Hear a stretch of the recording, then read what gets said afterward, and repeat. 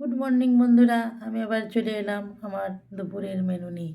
আজ দুপুরে বানিয়েছি এখানে গরম গরম একটু ভাত, সাথে বানিয়েছি এই যে ফুলকপি, গাজর, ক্যাপসিকাম সব দিয়ে একটা গা মাখা সবজি। এখানে বানিয়েছি একটু নিরামিষে আলু মাখা। এখানে বানিয়েছি জলখাবারেও হয়ে যাবে, তাই একটু ছোলা দিয়ে ঘুগনি, ছোলা আলু দিয়ে। আর এখানে আমার প্রতিদিনের মতোই এই যে কতগুলো রুটি। কালকে করেছিলাম পনির, তাই আজ আমাদের জন্য করেছি এখানে ডিম ভাজা, সেদ্ধ করে ভেজে নিয়েছি। আর সাথে এই যে আমাদের জন্য পেঁয়াজ ভাজাও করে রেখে নিয়েছি। তো এই হয়ে গেল আজ আমার দুপুরের আর জলখাবারের মেনু।